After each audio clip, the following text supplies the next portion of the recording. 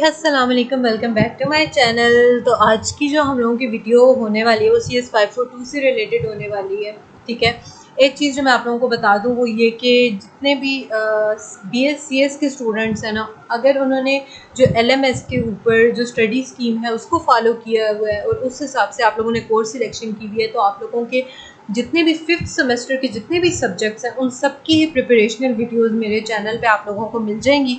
तो आप लोगों ने लाजमी चैनल को सब्सक्राइब कर लेना है, तो आप लोगों को सारी ही वीडियोस मेरे ही चैनल से मिल जाएंगी। ठीक है, और वो आप लोगों के लिए काफ़ी ज़्यादा हेल्पफुल भी होंगी। वीडियो वॉच करने से पहले बेशक आप लोग जो कमेंट बॉक्स है उसमें जाके आप लोग कमेंट्स पढ़िए, तो आप लोगों की तसल्ली हो जाएगी कि उन वीडियो से स्टूडेंट्स की कितनी हेल्प हुई है। पिछले सेमेस्टर के जितने भी स्टूडेंट्स से मेरी वीडियो से जो है वो प्रिपरेशन करके पेपर दिया है, उनकी काफ़ी ज़्यादा 70 to 80% उनका जो पेपर है वो बहुत अच्छा हुआ है। सब्जेक्टिव की तो कंप्लीट प्रिपरेशन मेरी ही वीडियो से आप लोगों को मिल जाएगी। बाकी जो सब्जेक्टिव पार्ट है वो साथ साथ जो MCQs में बता रही हूँ, उसके अलावा बाकी अगर आप लोग हैंडआउट्स जो है वो खुद से अच्छे से पढ़ते हैं ना सारे, तो आप लोगों के MCQs भी अच्छे से हो जाएंगे। ठीक है, तो आप लोगों ने लाजमी चैनल को सब्सक्राइब कर लेना है। बाकी 6 सेमेस्टर से रिलेटेड या बाकी सिर्फ 5 और 6 सेमेस्टर की बात है, बाकी भी जितने सेमेस्टर के ये जितने भी स्टूडेंट्स के ये सब्जेक्ट हैं, CS के स्टूडेंट्स के अलावा भी बहुत से ऐसे स्टूडेंट्स हैं जिनके ये सब्जेक्ट्स हैं, तो उन सबको ही जो है वो इन वीडियोस से काफ़ी हेल्प हो रही होगी आई होप। तो आप लोग जो है वो चैनल को लाजमी सब्सक्राइब किया करें, क्योंकि वीडियोस जो है वो 1 के स्टूडेंट्स 2 के स्टूडेंट्स देख रहे होते हैं, लेकिन उनमें से टोटल 5% स्टूडेंट्स हैं जो चैनल को सब्सक्राइब कर रहे होते हैं। तो ये जाती है ना, इस तरह ना किया करें, चैनल को लाजमी सब्सक्राइब किया करें।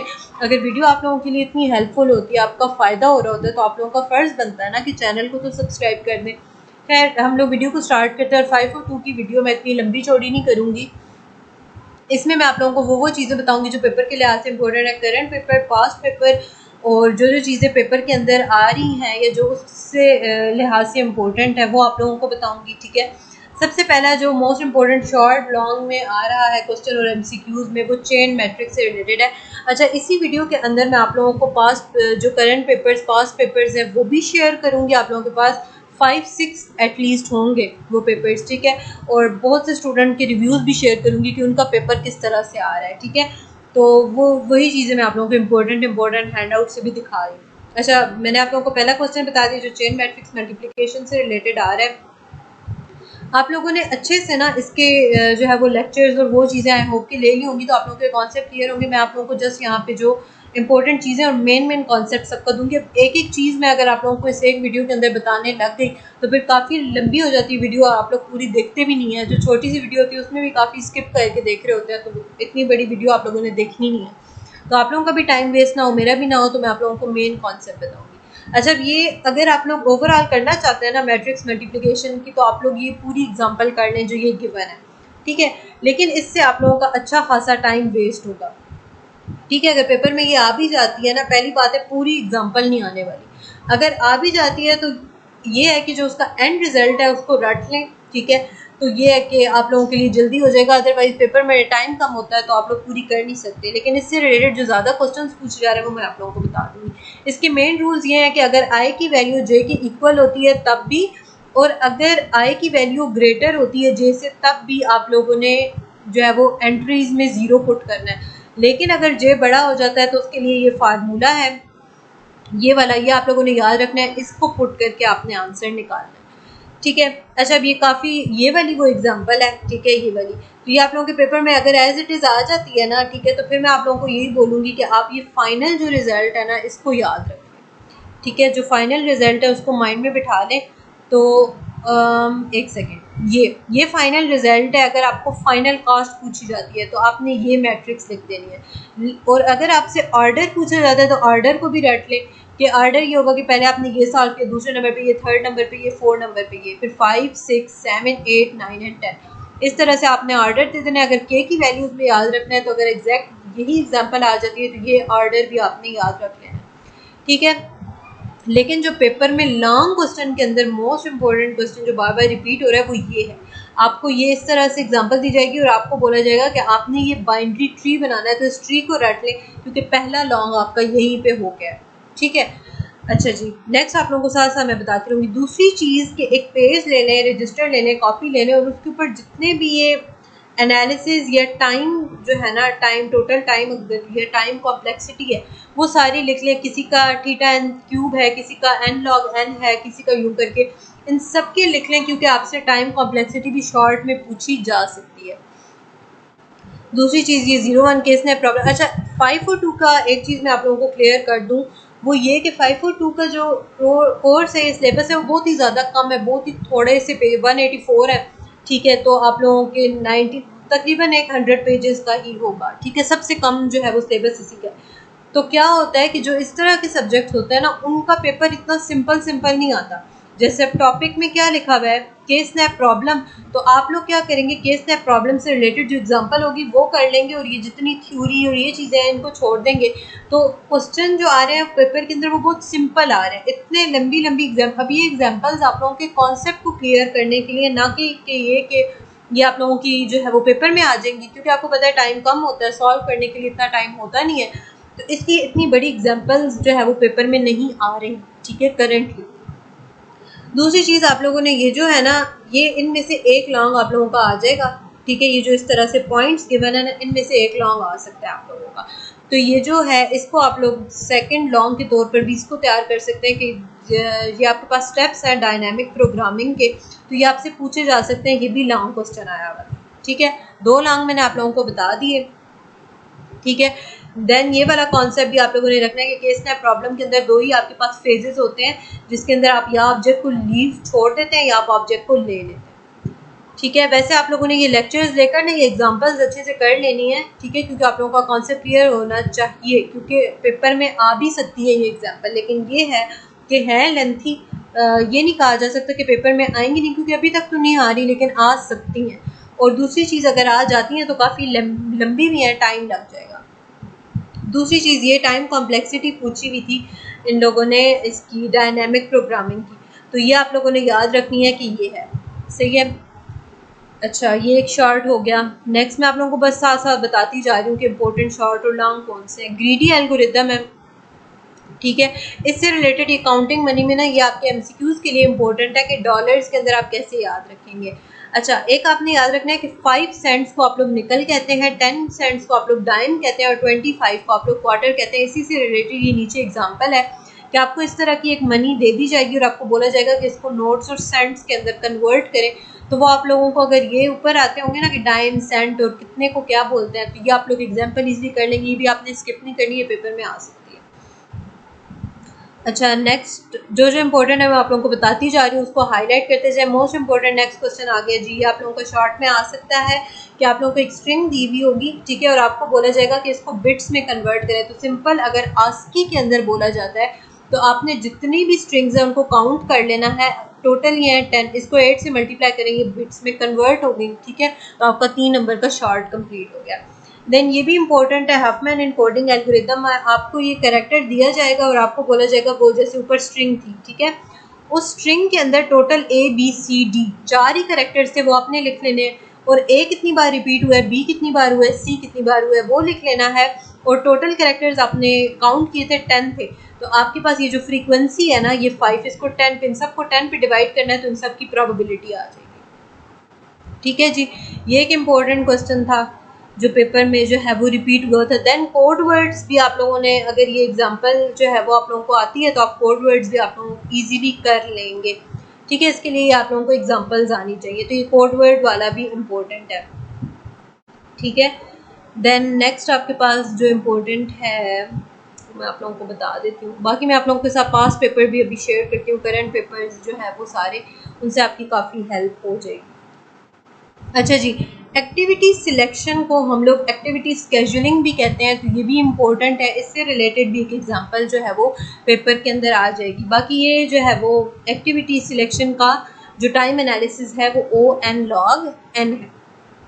ये एक्टिविटी सिलेक्शन से रिलेटेड एग्जांपल है, ये बहुत ज़्यादा ईजी है। इसमें आप लोगों ने क्या करना है कि ये आपके पास एक चीज़ है, इसके बाद आपने बताना है, आपने सिर्फ वो सिलेक्ट करने हैं कि जिनका टाइम जो है ना, अब इसका टाइम देखें यहाँ पे एंड हो रहा है, तो अगली एक्टिविटी का टाइम जो है वो स्टार्ट कहाँ से होना चाहिए, जहाँ से इसका एंड हुआ है, इससे आगे से।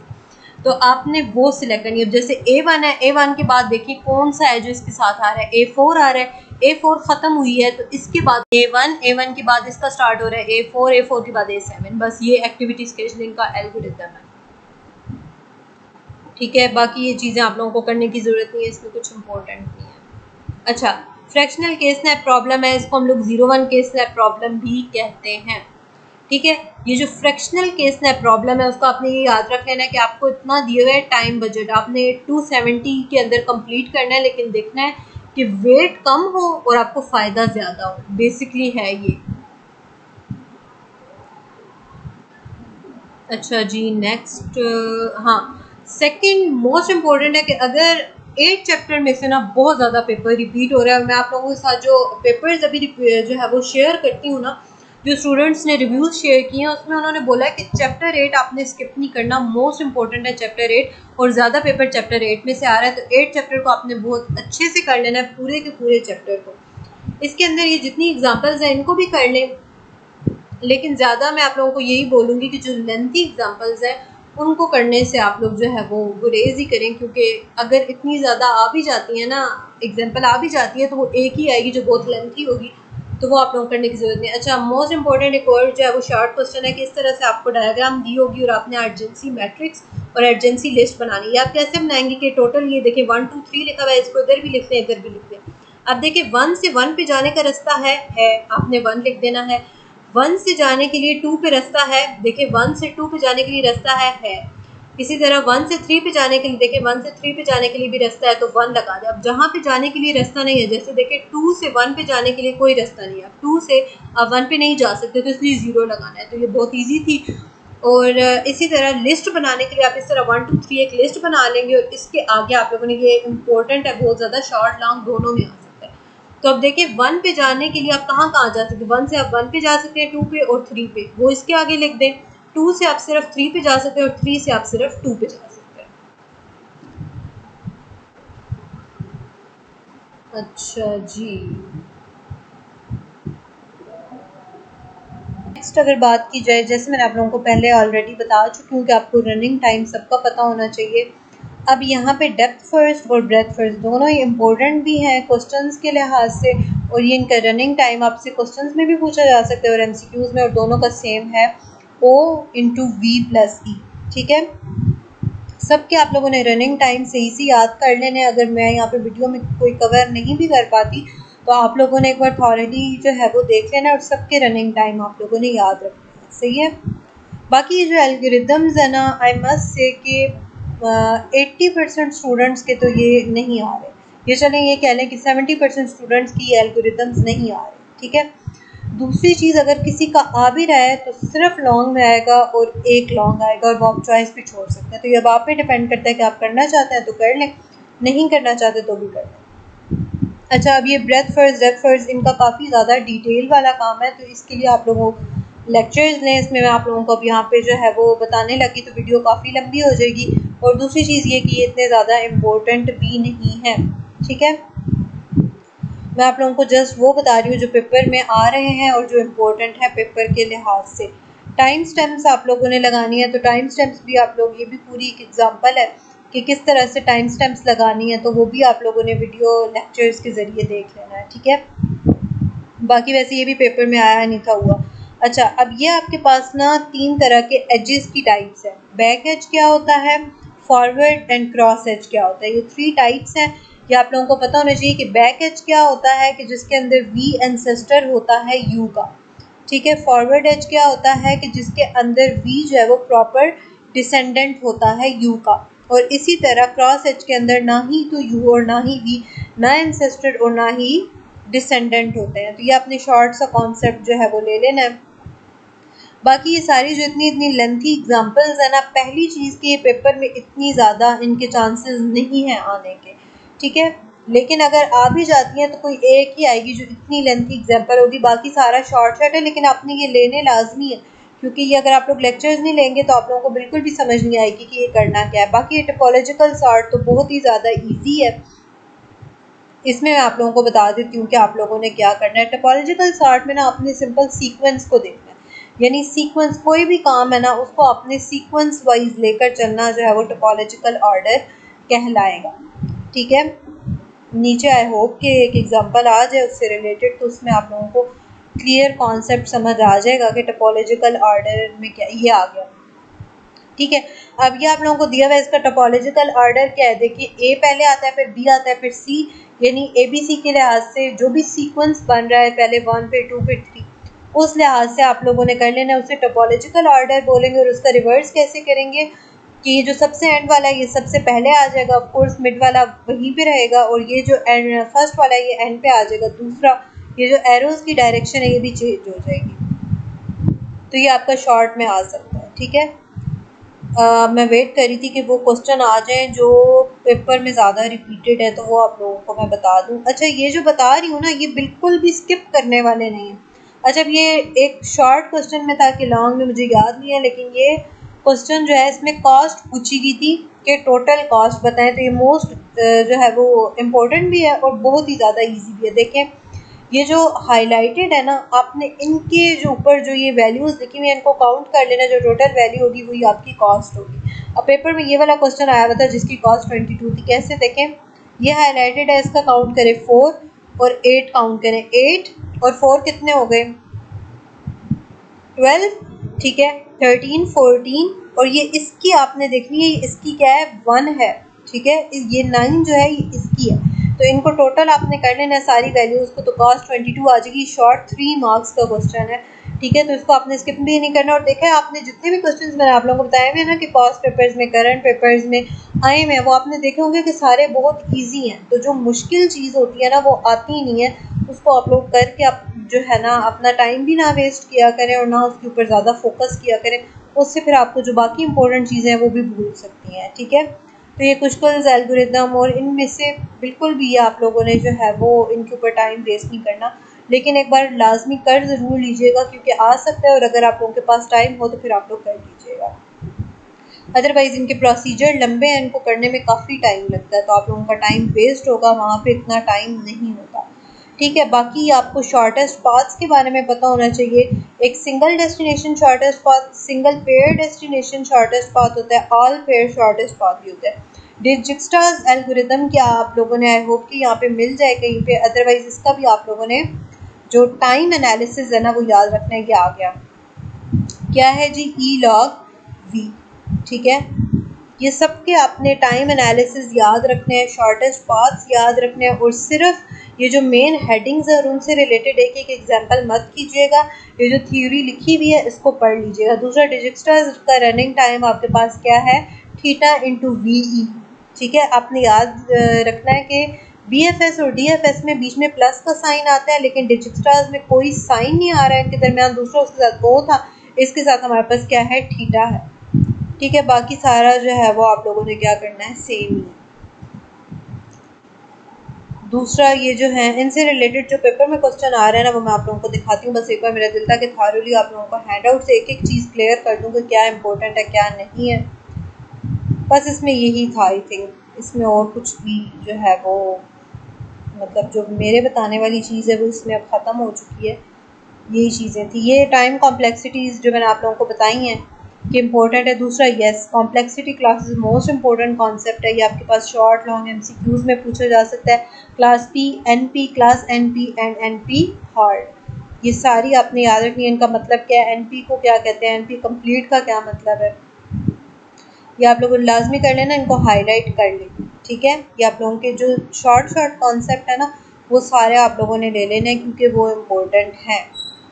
ठीक है, दूसरा एक एमसीक्यूज था कलर से रिलेटेड, वैसे तो ये इंपॉर्टेंट नहीं है लेकिन कलर से रिलेटेड एक एमसीक्यूज ये था कि आपने जो एडजस्टेंट्स होते हैं ना, ये देखिए, ये इनको सेम कलर से करना होता है। ठीक है, उनका कलर क्या होना चाहिए, सेम होना चाहिए। देखिए ये सारे एडजस्टेंट्स हैं तो इनके कलर क्या है, सेम है। ठीक है, बस ये इतना ही था। बाकी अब मैं आप लोगों को जो है वो साथ साथ दिखा देती हूँ जो पास्ट पेपर्स या करंट पेपर्स जिन्हें आप लोग कहने वो ये हैं। टोटल 6 पेपर्स हैं, इनके आप लोगों ने स्क्रीनशॉट ले लेना है। ये पहला पेपर है, ठीक हो गया, ये दूसरा पेपर है, साथ साथ स्क्रीनशॉट ले लें। ठीक है, ये स्टूडेंट्स का आप ये भी कह सकते हैं कि ये रिव्यूज़ भी हैं, और ये भी कह सकते हैं कि ये पेपर जो उन लोगों का आया हुआ था वो उन्होंने शेयर किया। ये सेकेंड पेपर है, ये थर्ड पेपर है, ये फोर्थ पेपर है, ये नेक्स्ट पेपर, ये पूरा 5 पेपर है, और ये 6 है। ये साथ में जो है वो कोड भी लिखा हुआ है और टाइम भी लिखा हुआ है कि कितने बजे किस स्टूडेंट्स का पेपर में क्या क्या आया हुआ था। साथ में मार्क्स भी होते हैं कि 3 मार्क्स का ये क्वेश्चन था, 5 मार्क्स का ये था। ठीक है, अब ये जो क्वेश्चंस हैं वो चीज़ें जो मैंने आप लोगों को हैंड आउट से दिखाई हैं वो चीज़ें बहुत अच्छे से कर लें। ये पेपर जो 6 हैं इनको अच्छे से रट लें। ठीक है, जो जो चीज़ें मैंने बताई हैं इसको आप लोग कर लें। अभी मजीद मैं आप लोगों को चीज़ें बताती हूँ वो भी आप लोगों ने कर लेनी है, तो आपका इंशाल्लाह पेपर बहुत अच्छे से हो जाएगा। नेक्स्ट ये देख लें कि बेलेनफोर्ड एल्गोरिथम के अंदर उन्होंने पूछा हुआ था कि कौन सा पाथ यूज़ होता है, तो वो सिंगल शॉर्टेस्ट पाथ यूज़ होता है। ये आपके पास जो है वो MCQs है इम्पोर्टेंट, सही है। नेक्स्ट आपके पास जो है ये प्रिम्स एल्गोरिथम से रिलेटेड है कि इसके अंदर आप लोगों से जो है पहले कुछ का उसका देख लें कि इसके अंदर ये MCQs इंक्रीजिंग वाला आया हुआ था। ठीक है, और ये क्रिएट सेट, फाइंड सेट और यूनियन सेट, ये भी 3 इंपॉर्टेंट चीज़ें हैं। ठीक है, नेक्स्ट आपके पास कौन सा है, प्रिम्स वाला मैंने आप लोगों को दिखा दिया, वही है क्रिएट सेट वाला, फाइंड वाला और यूनियन वाला। नेक्स्ट आपको ये कॉस्ट वाला मैं आप लोगों को ऑलरेडी बता चुकी हूँ कि कॉस्ट वाला जो है वो भी इम्पोर्टेंट है। ये क्या आप लोगों ने, हाँ ये क्वेश्चन था शुक्र है मुझे याद है इससे कि स्ट्रांगली जो है वो आपस में कंपोनेंट कौन से हैं, तो स्ट्रांगली कनेक्टेड वो होंगे कि जिनका आपस में साइकिल बन रहा होगा। ये स्ट्रांगली कनेक्टेड है, ये हैं और ये। अच्छा जी, ये एंड पे कुछ पिक्चर्स रह गई थी जो स्टूडेंट्स ने शेयर की हुई थी, जो MCQs वगैरह आए हुए थे उनके, और जो शॉर्ट क्वेश्चंस और लॉन्ग क्वेश्चंस आए हुए थे। तो ये भी मैंने कहा कि पिक्चर्स ही आप लोगों को जो है वो शो कर दूँ। आई होप कि आप लोगों को क्लियरली नज़र आ रहा होगा। तो इनकी भी बेशक आप लोग स्क्रीनशॉट ले लें या अपने हैंडआउट्स के ऊपर हाईलाइट कर लें। ये पहला बेलमैनफोर्ड एल्गोरिथम में से एक क्वेश्चन आया हुआ था कि डिजिक्स्ट्रास के अंदर single source shortest path algorithm को यूज़ करते हैं। नेक्स्ट ये कुशकल्स एल्गोरिथम से रिलेटेड भी एक क्वेश्चन आया हुआ था, और ये क्रिएट, फाइंड और यूनियन, ये 3 आपके पास एज अ शॉर्ट या MCQs में आ सकते हैं, सही है। देन ये प्रिम्स एल्गोरिथम है, इससे रिलेटेड ये 1-2 MCQs है जो हाईलाइटेड है, तो ये आप लोगों ने देख लेना है। इसके अंदर ये E की वैल्यू, उन्होंने H को फाइंड करने के लिए ये फार्मूला बताया है कि अगर आपके पास वर्टेक्स की वैल्यू गिवन हो तो आप H की वैल्यू निकाल सकते हैं, उसका फार्मूला बताया, सही है। नेक्स्ट यहाँ पे डिजिक्स्ट्रास एल्गोरिथम वही सिंगल सोर्स शॉर्टेस्ट पाथ वाला, और ये भी मैं आप लोगों को बता चुकी हूँ। ये भी मैंने आप लोगों को वहाँ से दिखाया था हैंडआउट से कि ये कॉस्ट वाला इम्पोर्टेंट है, ये आपका जो है वो शॉर्ट 3 मार्क्स का आया हुआ है। ये भी मैंने आप लोगों को दिखा दिया था हैंडआउट से, ये वाला भी हो गया था।